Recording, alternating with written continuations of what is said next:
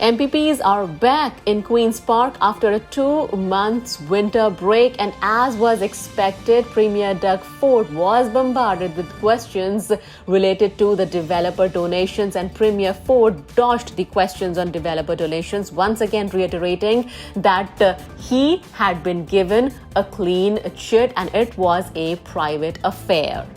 The Premier.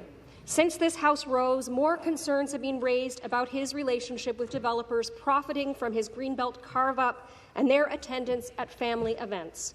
Can the Premier explain to Ontarians how they are supposed to believe that these developers weren't given a heads-up about his plans for the Greenbelt?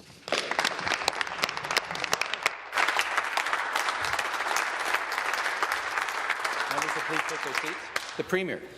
Well, first of all, I welcome the first question from the Leader of the Opposition. Regarding any family matters, my family is separate than the political process. They aren't involved. I had an opportunity to speak to the Integrity Commissioner, Mr. Speaker. I asked him for his opinion, and he found there was no violation. Again, this event was cleared by the Integrity Commissioner. The supplementary question. Thank you, Mr. Speaker. Speaker, I want to be clear. This is not about the Premier's family. It is about the Premier's behaviour. It's about accountability and the integrity of the office that he holds. Sources told reporters they felt pressured to attend, and some were asked for additional donations of up to $1,000. Did anyone in the Premier's office or any other government staff have a role in making the invitation list for this family fundraiser? Reply, the Government House Leader. Mr. Speaker, I think the Premier has already responded to that, and as the Commissioner also responded to that, Mr. Speaker. But at the same time, we are continuing to move forward as a government to ensure that we continue to build a strong, prosperous Ontario, and it is seen throughout the province of Ontario, whether you travel to the north, the south, east, and the west.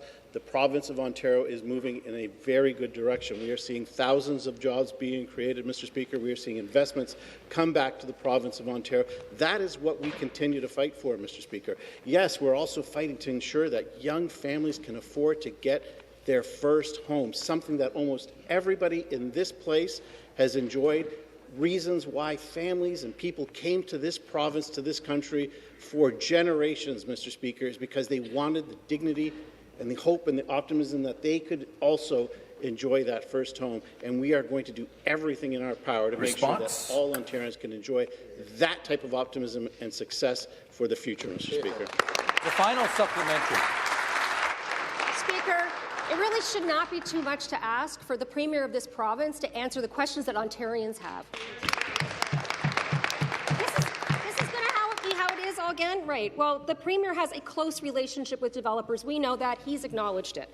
But when the guest list for a family event includes the very developers who later benefited from this government's MZOs and Greenbelt sale, something doesn't sit right.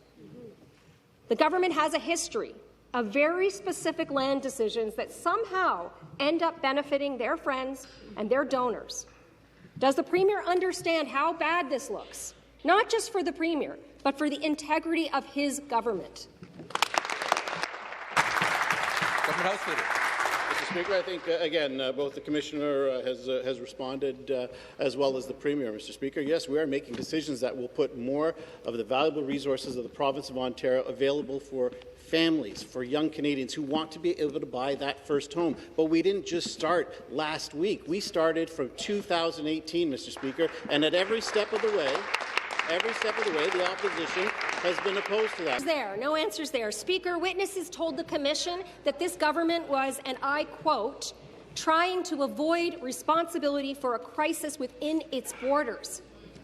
While federal and municipal officials were meeting regularly to try and navigate this crisis, Ontario's Premier and the ministers responsible ghosted the people of Ottawa.